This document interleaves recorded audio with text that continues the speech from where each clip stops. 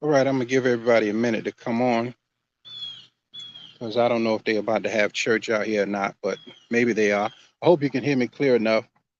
I'm out here in a remote location. This is where all my family is buried out here. Most of my family on my father's side. My aunties and my uncles all buried out here. I want to talk a little bit today. I thank y'all for tuning in for sure. This is going to be an ongoing series, and I can't really talk too much out here because I don't know who's coming up at what time period. So I thank you all for tuning in. I hope it's very clear. This is my auntie Ophelia. She passed away this year. This is my uncle, my father's brother, Uncle Red. This is my cousin. And right here is my father's gravesite. My father passed away in 1990. He was murdered by his brother. He was beaten to death with a hammer by his brother by blood, murdered. We had a we had a difficult relationship with my father because of my mother. My mother and my father's relationship was not the very best. He was abusive. For some reason, he got addicted to alcohol. Stayed out all night long, of course, and come home and he would beat on my mother and he would.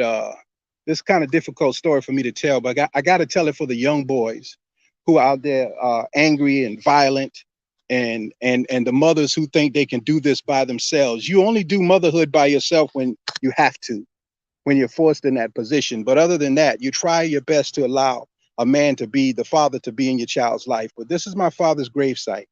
My father died in 1990. He was murdered by his brother. This is King Street, South Carolina. This is cutthroat country.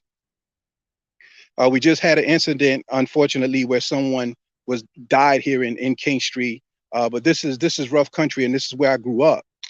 But my father, we never got a headstone for my father. This is just a stone right here. And the reason we never got a stone, I guess, is because we were all so bitter at his life, and him being an alcoholic and staying out all night. I don't even know what my father's voice sound like really, but I do know that I remember seeing him fixing the television. I'm going somewhere with this now. This is not for Jamil. This is for the young boys out there who are committing crimes, angry, bitter, for the mothers. This is my life is a book, and he wasn't there, but he would come home and be very violent to my mother. I think he broke her ribs one time. I remember black eyes. I mean, he would come home and bring his friends. They would get drunk in the house. They would fight in the house. They would have knife fights in the house. We had to see all of that. It was very violent, a very, very violent time for me and my sisters and my brother. Uh, but when my father Pat died, was murdered by his brother, beaten to death with a hammer. I did go to the funeral, but I didn't come to the gravesite where he was buried. But his energy has been calling me since that period of time. And I understand that we have unfinished business. I have unfinished business with my father because I am my father. And I'm going to explain that a little bit. And we're going to go into this in more detail later on. Again, I thank everyone for tuning in. We're on 4 or 5 different platforms, and it may be very jittery because I'm out here in the middle of nowhere. But this is for later time, I guess, for when people really are concerned about what's going on in the community. I thank the 3 people that just came on. I'm not the comedian. I'm not the funny guy. Y'all got enough of laughter. Go to TikTok or Instagram. 1990, no tombstone for my dad, but he has been uh, calling me from the grave, literally. And so I could not. I came out on several occasions, and we could not find his gravesite. But my brother-in-law, John Fulton, y'all know him as Deacon John. John Fulton, Pastor Fulton, it's my brother-in-law. He told me, "Hey, I know where your father's buried at." And one day he came by and we jumped on and we got out here and he marked this for me. He put that there because I told him I got to complete this thing with honoring my father because my father's sperm is what entered my mother and created me, created my sisters, created my brother. I don't know how difficult life was for each of them with him, so I won't speak on their behalf, but I do know that it was difficult for us as a family. But when you're angry with your father and you don't know your father's behavior, your father's patterns, your father's addictions, your father's hangups, your father's good, your father's gifts, you don't know how to be thankful. And we all always talking about God and Jesus Christ and being thankful. But Christ says, how can you love a God whom you have never seen? I can't say Christ said it, but it's in the book. And hate the people that you see on a daily basis. So I had to learn how to love my father in spite of being angry with him. And God rest my mother's soul, but before she died, my mother told me, you know, your father never hit me unless I made him hit me. So I was angry with my father all these years for beating up on my mother. And then she tells me, your father, I made him hit me. Very difficult thing to swallow. So here's my father's gravesite. Now I'm working on getting a headstone put there out of respect because my father's calling me from this grave. I couldn't find him. I came out, I came out, I came out, but my brother-in-law came out and he showed me exactly where my father was buried. Now it's marked, and God willing, we're working on getting the stone. Now, how does this relate to the young boys and what's going on in society now? When I was a young boy, I remember getting in my first fight with a bully in the neighborhood in Rocktown and King Street. His name was Al. And I was tired of him bullying me. So I said, I'm tired of you bullying me. I'm going to fight you. So everybody circled around us. I got in the middle of the circle to fight him. He was a fighter because he was a bully. I didn't know how to fight. I stood there. I wasn't afraid to fight, but I didn't know how to fight. So he's hitting me and I'm trying to hit him back, but I don't know how to hit him back. And in that time period, I got angry at my father because if my dad was here, he could teach me how to fight. He could teach me what to do. And my favorite part of the movie of the Jackson Five was when, I think it was Tito or one of them was fighting the guy from Boys to Men, and Joe took him back outside and told him to fight and showed him what to do, and he won the fight. Well, our young boys are being taught by what they call OGs. And most of these people, and I don't get involved with gang activity because I don't know nothing about it. I don't want to get involved with it. I don't know nothing about it. But what I do know is this: in South Carolina and Mending and Clarendon County in particular, we are in the chaos cycle. There's order after chaos, but right now we're going to go through the next 5, maybe 6, 7 years of pure chaos. There's going to be retaliation. If you did not look at my broadcast on the law of retaliation and retribution, it's a 3-part series. Check that out. I also did a commentary on the chaos theory, talking about how order comes out of chaos and how that period takes some time at periods. So we're going to go through all of that. But today, my father being here and needing to honor him, and for the mothers who tell your children bad things about their father because you're angry with them, because you're bitter with their father, and you put a bitter taste in their mouth about their father, and you tell these male children, your father ain't no good, we don't need him. Well, their father is a man.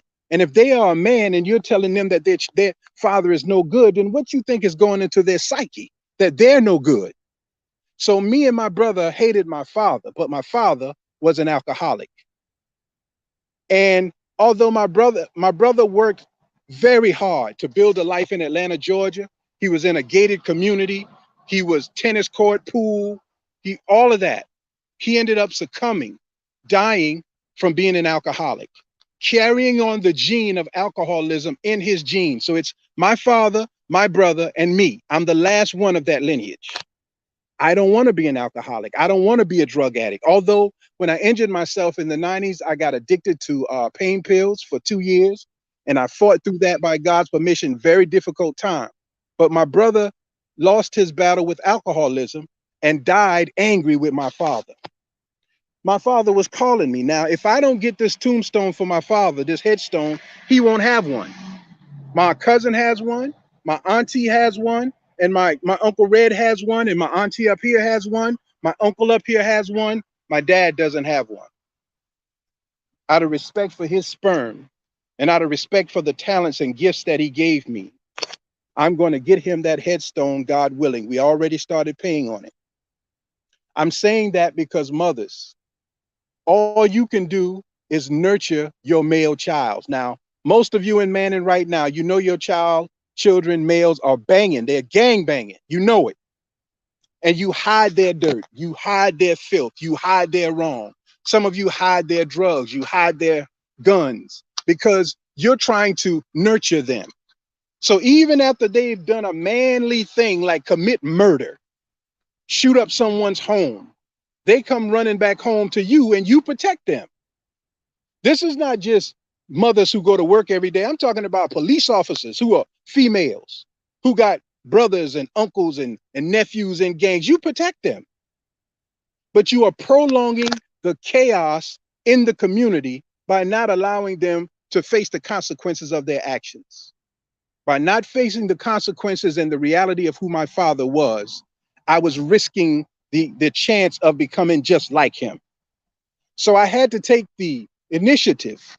After God said, your father is calling you, go find him, I took the initiative and I went out by God's permission and made an attempt to find him. I couldn't, but my brother-in-law helped me find him. So we have to mend the fences between fathers and sons. We have to mend the fences between daughters and fathers because they're looking for a father figure. Listen to this. I don't know this young lady who's dealing with that rapper Blueface, but Blueface and the young lady's father had a fight recently, and Blueface knocked the man out, knocked her father out. And Blueface posted up on the internet, I'm her father now. And she went with Blueface. She went against her father with Blueface. Now, I don't know Blueface. I ain't claiming no sets. I ain't going against no sets. I don't know nothing about that. I'm giving you an example of how these young boys are taking these young 15, 16, 17, 18, 19-year-old girls who don't have a father figure. And because they see these young boys as tough and fearless, they think that those guys are their protectors. But these young boys are very sick mentally. They are not calculated murderers. They are terrorists. They're not calculated murderers. They are terrorists. And at any time, if the United States government chooses to go after you all as terrorists, you will be prosecuted as terrorists. You're shooting into a dwelling. You're shooting into a home. You're doing violent things. So violent things of that nature can be prosecuted. And they were prosecuted according to that as a violent crime. I don't want to talk too much because people are starting to come up. So I just wanted to put this part out there. Mending fences and the consequences of not telling the truth about father. Tell these young boys who their real fathers are. Y'all women, y'all was sleeping around. Y'all got a bunch of children with a bunch of daddies. But instead of tell them the truth, you try to downgrade the father. Tell the truth. Let them know what their lineage is. Let them know what mental issues and psychological issues may be the same thing, and addictions and other things that may be a part of their life. If we don't start telling the truth, the situation will get 10 times worse. So I'm broadcasting live, and I thank you for tuning in, and I hope it came out on every platform. I will be talking about this more in more organized detail, but I wanted to put that subject out there because there is an absence of fatherhood. That was a plan. That was a diabolical plan by the United States government to separate the black man from his family. This is fact. See, I'm not talking about what I think I know. I'm talking about what I know. It's documented. The key was to destroy the black nuclear family, and they've done it. Now we got two women saying that's the family. We got one woman saying you don't need no daddy. We got some women taking their oldest child as the man of the house, hugging on them and letting them touch on them. And the next thing you know, it's incestuous. We got so much secrets and dirt and filth in our nuclear family relationships that God is nowhere in that. So the crime is coming directly to the doorstep. The murder, the death, all of it, because the children, no matter how tough they are, they're going to come right back home to mama because you nurtured them, you didn't raise them. And nurturing a child is like keeping them on your titty all their life and getting them out of trouble, and everybody jealous of them and they don't want them to have nothing. And he didn't do that, but he did do it. It's painful to listen to. Most of you can't deal with it, but you're going to deal with it one way or another because God is here and he's handling the situation, and it's a very difficult situation and it's going to get worse. That's my cautionary tale. I'm a civilian. My love is for the people, black, white, red, brown, yellow, gay, straight, all, Asian. I don't care who it is. You with God, you with me. Politicians, I don't care who it is. Preachers, we on the same page, we on the same page. If we not, then we not. I thank you for tuning in. Jamil Salib Zamir out of Manning, South Carolina. We did find the site, my father's grave. I thank Allah for giving me the strength to not be crying and snorting and all that. But I found you, Daddy. We found you. And if I don't put this stone out here, it probably won't get put out here because there wasn't one out here since 1990, but you were calling. And I'm trying my best to answer the frequency, to answer the energy, because I realize now that life is a difficult thing. And some of us can live it with ease, and some of us it's very difficult for. I don't hate my dad. I never did. But I never saw another man come in my house and fix anything. My dad fixed everything when he was around. And I'm the type of guy now that fixes everything that if I can. And my sons, they do the same. So thank you all for tuning in. Jamil Salib Zamir out here in a remote location. I really don't play around in King Street after dark because not only do you have the violence of your own people, but you got the violence of the Ku Klux Klan who ride these streets as well. I talked about that and I talk about it again at another time. But this is where we are. I love you, Daddy. I love you sincerely from the depths of my heart, from my soul. And I know I'm not talking to a dead body in a grave. I'm talking to the energy that's here. And I'm praying that what I'm trying to do by God's permission will free your energy to go whichever way God wants it to go. But for those of you who know me and know how I feel about drugs, marijuana, liquor, it's because of this. I'm an addict. I'm born an addict. And I know what liquor does. I don't care how tough you talk when you're drunk. And your body can't do without that alcohol in your system, or else you will fall into what are called DTs, tremors, alcoholic tremors. You're a slave to the liquor. That's it. You're a slave to the marijuana. That's it. I was a slave to prescription pills. I'm telling you, I threw up all of that white mucus and all that stuff trying to get off of them pills because I didn't even see it coming. It was that bad. So we're not facing reality. And I can tell by the way all of you went offline, you're not ready to face the reality of where we are. But you're going to face it. See, when we don't face it, then God makes it worse. Remember when the children of Israel had a chance to escape and God said, all you got to do is go fight the giants, and they refused. And then he sent them in the desert for 40 years. Well, we're going to have to go through 40 years of gang violence, of death, young people who have nothing to do with nothing dying, houses getting shot up, people dying, robbery because addicts got to get money and they can't sell drugs when they're using them all, homes being broke into. You all love to look at one side of things, unfortunately, like the good side. But there is another side. There must be balance. So there is another side. As good as things look, it's just that bad. We're in a very difficult situation. And all we have to do is say, God, you're right. I confess my sins. And I admit that I don't know what I'm doing. And we need your help as parents, as aunts, uncles, cousins, preachers, politicians. We need God's hands to guide us. But as long as we're following the path of wickedness, wickedness is going to be the result. So we are in a cycle in Clarendon County of wickedness. I don't care what your public officials say. You don't have to like me, public officials, but you sure like the people who doing dirt. And that's okay. That's all right. Time will tell. I don't have no criminal record. I don't have no record of me doing crimes against nobody in Clarendon County. The only records on file for me is when I was trying to do something to help somebody. So I can't be the bad guy, and I won't allow you to put me in the category of the bad guy. I'm not going to allow that now. I know the laws just like you all know the laws by God's permission, and I'll use them to my advantage just like you do. If you can't say anything good, then move out the way. We need to save these children because they in for the next 10 years of straight hell. And there's no way this is going to continue death for death, violence for violence, the way it's going right now.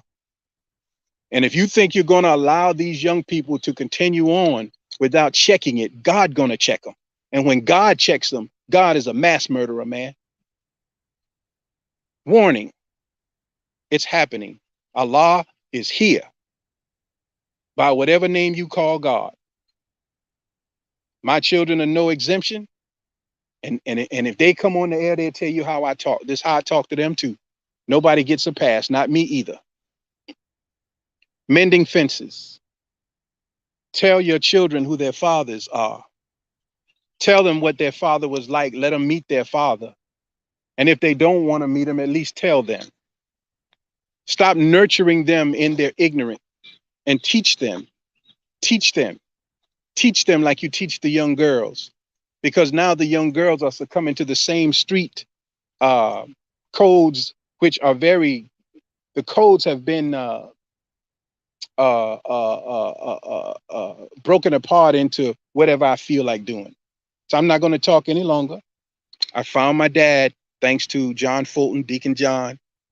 We got him right here, right next to my auntie, my cousin, and my father, and my uncle, and then my uncle and my aunt are up front, and all of them together. My mother is at another side. I know where my mother is, and my brother is buried next to my mother.